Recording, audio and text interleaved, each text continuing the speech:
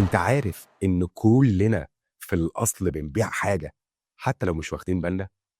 اتفرج على الفيديو ده وانا هقول لك. ممكن بعد اذنك تاخد بالك معايا في اللي انا هقوله ده، حتى لو انت مش صاحب بيزنس او عندك منتج ولا فريلانسر ولا حتى بتقدم اي خدمه، فالحقيقه هتفضل ثابته. انت بتبيع كل يوم، بتبيع فكرتك، بتبيع صورتك الذهنيه عند الناس، بتبيع طريقتك، وبتسيب الناس تشتري منك انطباع او ترفضه. خليني اوضح لك الموضوع اكتر. لما بتخش انترفيو انت بتبيع نسخة من نفسك ومن خبراتك العلمية والعملية. هل هي منظمة وواضحة وكويسة ومناسبة للوظيفة اللي انت بتقدم عليها ولا لا؟ يعني انت لما بتنزل بوست على فيسبوك او لينكدين انت بتبيع ايه؟ انت بتبيع قيمة. هل انت تفتكر ان الناس بتخرج من البوست ده بعد ما بتقراه متأثرة، ولا بتعدي كأنه بوست وخلاص قروه في الزحمة؟ وده نفس اللي بيحصل لما بتقعد مع عميل محتمل أو حتى شريك محتمل ليك. انت بتبيع ثقة، لا إما تكسب الثقة دي لا إما هتضيعها في أول دقيقتين. الخدعة الكبيرة بقى إنك لو ما بعتش نفسك بالطريقة الصح ساعتها الناس هتخمن انت مين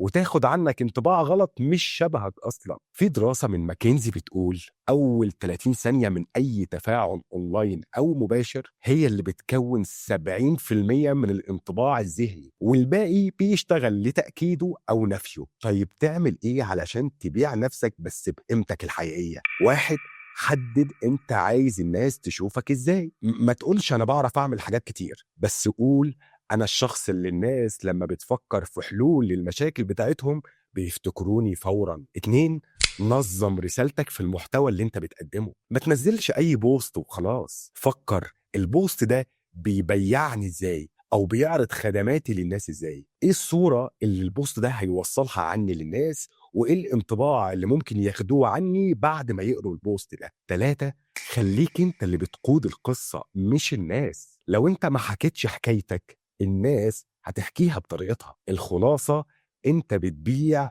شئت ام ابيت، بس السؤال الحقيقي بتبيع ايه وبكام وبتوصله لمين؟ قول لي كده في الكومنتات، هل عمرك خدت بالك انك بتبيع حاجة بس من غير ما تقصد؟ هستنى ردك. السلام عليكم.